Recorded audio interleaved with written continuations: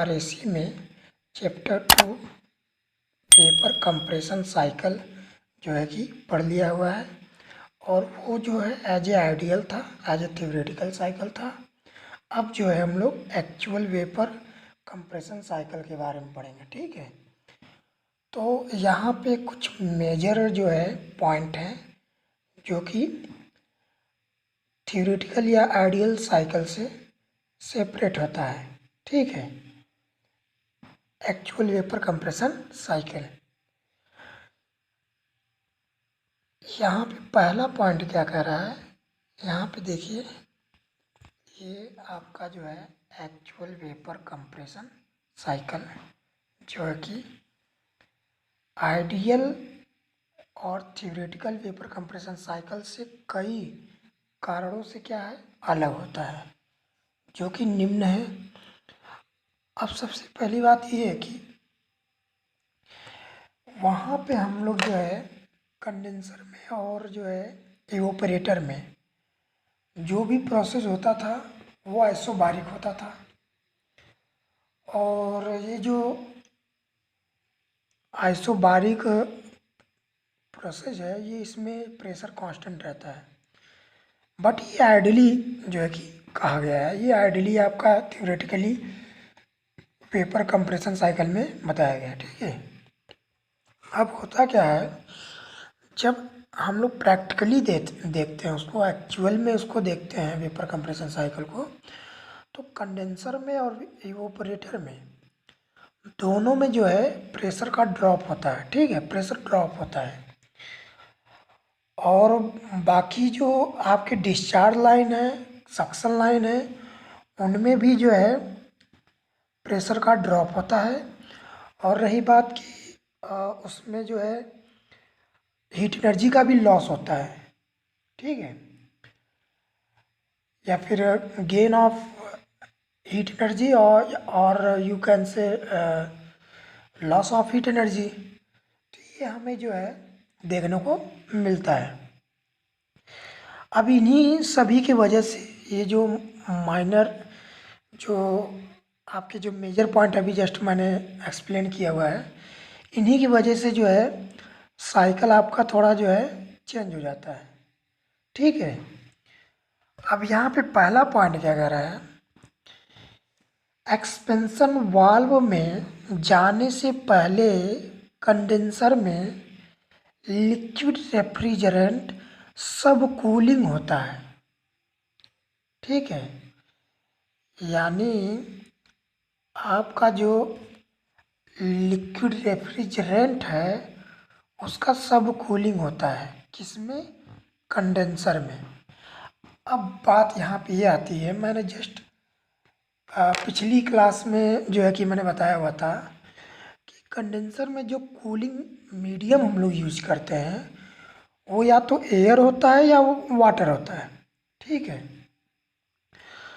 तो जब वाटर की मात्रा जब ज़्यादा उसमें रहता है कंडेंसर में, या फिर एयर की मात्रा ज़्यादा रहता है और उसका जो टेम्परेचर बहुत ही कम होता है, तो उसके कांटेक्ट में जब आपका सुपर हीट स्टीम आता है, सुपर हीटेड स्टीम जब आता है, तो सबसे पहले वो आपको मैंने बताया हुआ था कि पहले सेंसिबल कूलिंग होती है, ठीक है। Then after that sensible cooling के बाद वो जो सुपर हीटेड स्टीम है वो सेचुरेटेड वेपर लाइन पे आ जाती है। देन जो है टेम्परेचर क्या होता है, मतलब सॉरी, जो हीट एनर्जी है वहाँ पे आइसोथर्मली आइसोबारिकली क्या होता है, रिजेक्ट होता है। तो वहाँ पे क्या होता है, जब टेम्परेचर वाटर या एयर का बहुत ही कम होता है और जब कंडेंसर में जो ये आपका सुपर हीटेड स्टीम जो है, जो रेफ्रिजरेंट है, जो है एज ए वर्किंग सब्सटेंस है, ये इसके जब कांटेक्ट में आता है तो हीट एनर्जी क्या जो है कि रिलीज होने लगती है एटमॉस्फेयर में, ठीक है। और जो कंडेंसर का टेम्परेचर होता है वो एटमॉस्फेरिक टेम्परेचर से बहुत ही ज़्यादा होता है, तभी ये हमें जो है कि देखने को मिलता है। ठीक है। अब रही बात जो हीट एनर्जी रिमूव होती है, रिलीज होती है, वो डिपेंड करती है कि आपने जो कूलिंग मीडियम लिया हुआ है उसका टेम्परेचर क्या है। अगर उसका टेम्परेचर बहुत ज़्यादा मतलब बहुत कम है तो हीट एनर्जी बहुत ज़्यादा रिजेक्ट होगी। कहाँ से? रेफ्रिजरेंट से। तो वो एक सिचुएशन ऐसा आएगा कि लिक्विड सेचुरेटेड लाइन पे आ जाएगा और वहाँ पे भी जो है हीट एनर्जी अब जब कि रिजेक्ट होती है तो वो जो है वहाँ पे सेंसिबल कूलिंग होता है। ठीक है। तो वही सब कूलिंग होता है, उसी को कहा जा रहा है यहाँ पे सब कूलिंग। ठीक है। इसी प्रकार आपका इवोपरेटर से निकलते समय वेपर रेफ्रिजरेंट आप अच्छी तरह जानते हैं कि इवोपरेटर के लास्ट में जो रेफ्रिजरेंट होता है वो वेपर फॉर्म में होता है। ठीक है। तो वो जो है सेचुरेटेड वेपर लाइन पे ना होकर वो सुपर हीट फेज में मीन्स सुपर हीटेड जोन में चला जाता है। ठीक है। इसका मतलब जो रेफ्रिजरेंट है वो सुपर हीट फेज में हो जाता है। ठीक है। अति तप्त अवस्था में हो जाता है। ठीक है। अब ये क्या, इसका कारण क्या है? तो इसका कारण है कि वो जो है एक्सपेंशन वाल पे डिपेंड करता है। सुपर हीट फेज का अगर सुपर हीटेड फेज में अगर आ गया है तो एक्सपेंशन वाल के प्रकार पर निर्भर करती है, या फिर वह जो है कि रेफ्रिजरेंट जो है जो सक्शन लाइन के दौरान मतलब हीट एनर्जी को एब्जॉर्ब कर लेती है तो वो जो है कि सुपर हीटेड जोन में चली जाती है। तो बात यही निकल के आती है कि आपका सपोज दैट ये जो साइकिल है यहाँ नीचे आपको दिखा दिया जा रहा है, ये देखिए वन पे आना चाहिए था बट ये वन पर ना आकर टू तक पहुंच गई मीन्स सुपर हीटेड जोन में चली गई। ठीक है। तो वही हम कह रहे हैं कि ये सुपर हीटेड जोन में जाने का मतलब हीट एनर्जी कहीं से ये जो है कि रेफ्रिजरेंट पाया होगा, तो ये या तो सक्शन लाइन जो होता है उसके माध्यम से जो है हीट एनर्जी एब्जॉर्ब कर लेती है। ठीक है। अब और एटमॉस्फियर जो कि आप अच्छी तरह जानते हैं कि जो कंडेंसर टेम्परेचर होता है सॉरी इवेपोरेटर टेम्परेचर जो होता है वो एटमॉस्फेरिक से जो है कम होता है। तो वहाँ पे जब सक्शन लाइन से रेफ्रिजरेंट क्रॉस होती है तो एयर एटमॉस्फियर से हीट एनर्जी को एब्जॉर्ब कर लेती है, देन आफ्टर दैट वो जो है कि सुपर हीट जोन में चला जाता है। ठीक है। तो ये कारण हो सकता है, या फिर जो है एक्सपेंशन वाल्व, ये भी इस पे भी डिपेंड करता है। सुपर हीट जोन में जाने का कारण ये भी बन जाता है कि वो किस प्रकार का है, क्योंकि इवोपरेटर को जो है वर्किंग सब्सटेंस मीन्स इवोपरेटर को जो रेफ्रिजरेंट प्रोवाइड करता है वो एक्सपेंशन वाल्व प्रोवाइड किया जाता है करता है। बट एक्सपेंशन वाल्व जो है ऑटोमेटिक जो है उसके अमाउंट को क्या करता है, कंट्रोल करता है।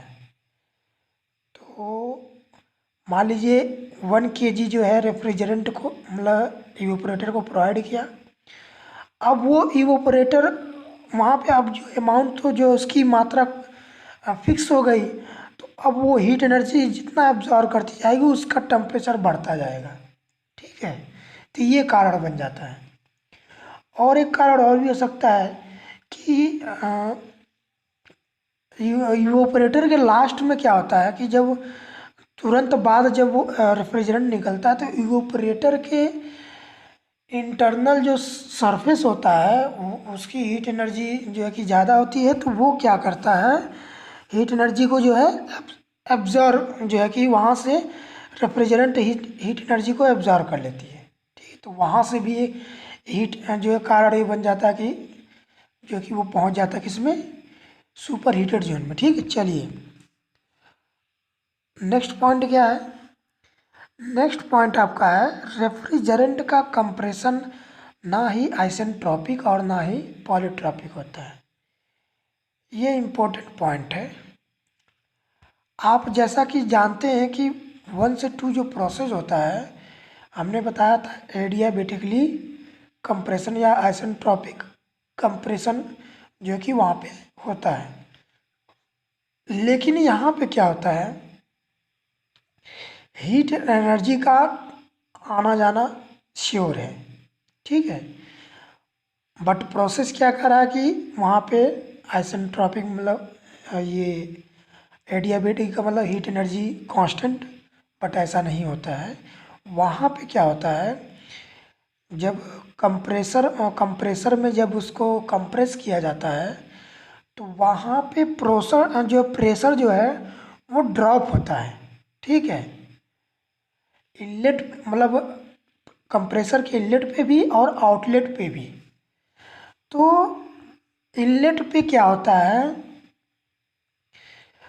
जो रेफ्रिजरेंट है वो एंट्री करता है तो वहाँ पे उसका प्रेशर ड्रॉप होता है, और जब वहाँ पे एंट्री करता है तो हीट एनर्जी क्या करता है, उससे एब्जॉर्ब कर लेता है।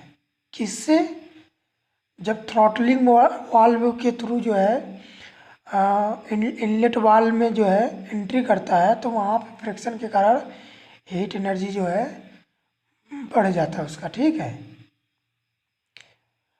मतलब उसका टेम्परेचर बढ़ जाता है। ठीक है, तो एक चीज़ यहाँ पे ये भी हुआ कि हीट एनर्जी घटता बढ़ता है, मतलब हीट एनर्जी का ट्रांसफ़र होना वहाँ पे क्लियर रहता है कि जब इनलेट पे और आउटलेट पे किसके, कंप्रेसर के, तो वहाँ पे हीट एनर्जी का आदान प्रदान होता है। ठीक है, ये इसको बारे में हम लोग आगे बात करेंगे। तो हम ये नहीं कह सकते हैं कि वहाँ पे जो प्रोसेस है वो रिवर्सिबल एडियाबेटिक ही है या फिर आइसेंट्रोपिक है, ना तो पॉलीट्रोपिक होता है। ठीक है, चलिए लास्ट पॉइंट क्या है, कंडेंसर एंड इवेपोरेटर में प्रेशर लॉस के साथ साथ विसर्जन line means discharge line and suction line means चूसर लाइन के दौरान हीट एनर्जी क्या होती है, एब्जॉर्ब होती है। ठीक है, और एक बात और भी है कि इसमें भी जो है इस क्या नाम है, विसर्जन line and suction line means चूसर लाइन में भी जो है प्रेशर ड्रॉप होता है। ठीक है, तो ये जो मेजर पॉइंट है इनके वजह से जो है एक्चुअल वेपर कंप्रेशन साइकिल जो है डिफर होता है आइडियल और थ्योरेटिकल वेपर कंप्रेशन साइकिल से। ठीक है, यही मेजर जो है डिफरेंस थे जो है, मतलब यही सब कारण बन जाते हैं इसके। और भी मेजर रोल हैं इसके, बट हम लोग जो है इसमें पढ़ेंगे अच्छी तरीके से कि आपका जो है क्या क्या और भी कारण हो सकते हैं। ठीक है, ये आपका देखिए, ये एक्चुअल वेपर साइकिल मतलब एक्चुअल वेपर कंप्रेशन साइकिल है, टीएच डायग्राम में दिखाया गया है, और यहाँ पे पीएच डायग्राम में दिखाया गया है। ठीक है, फाइनली तो इसका यही रिजल्ट निकलता है कि आपका जो है सीओपी जो है कम हो जाता है।